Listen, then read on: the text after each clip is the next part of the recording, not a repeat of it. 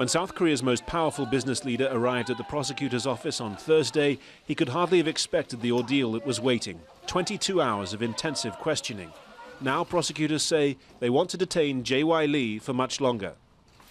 The special prosecution has requested an arrest warrant for Vice Chairman of Samsung Electronics, Jae-y Lee, on charges of bribery, embezzlement of additional punishment for certain economic crimes, and violating acts of dealing with testimony and appraisal in the National Assembly.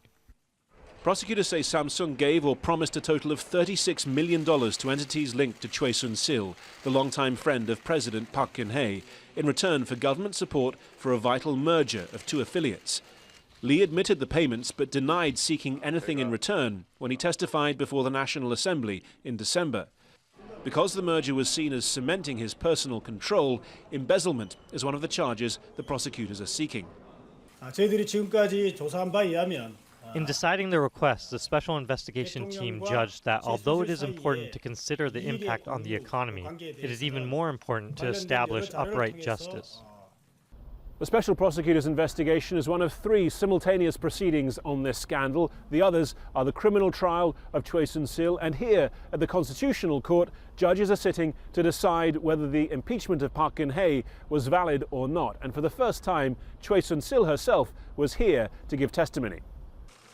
She answered no questions on the way into court, but once inside she denied any financial wrongdoing. She had not tried to enrich herself, had no links to the foundations that Samsung and other companies donated to, and challenged her questioners to put forward their evidence.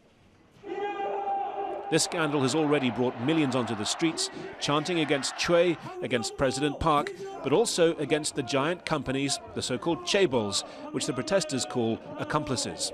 Never before the head of Samsung Group been arrested, and so this request for arrest, which will have to go through the court, I think the court will make its decision within a day or two.